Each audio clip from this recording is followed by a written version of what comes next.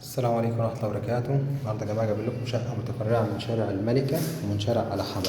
الشقة دي 100 متر في برج 12 دور، مدخل رخام وأسانسير. الشقة دي سعرها 700 ألف جنيه. هنا أول حاجة دي أوضة اللي احنا بنصور منها كده، دي بدايتها أوضة، مفيش حد ورانا خالص تماما. هنا الطرة،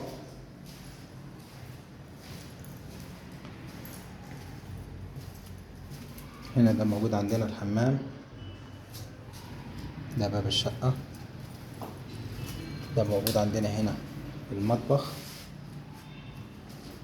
ده موجود الريسبشن على الشارع. الشارع بتاعنا عرضه 15 متر، متفرعة من شارع الملكة قبل شارع العشرين مباشرة. الشقة دي في الدور ال11 قبل الأخير، فيها دور واحد.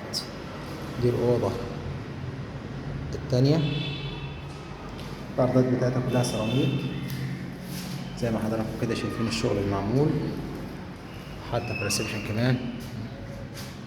الشقة دي بتتسلم على الوضع الحالي، سعرها 700 ألف جنيه. يبقى هنا الريسبشن وأوضة، الدورة دي موجود فيها أوضة تاني والحمام والمطبخ، وده باب الشقة. السلام عليكم ورحمة الله وبركاته.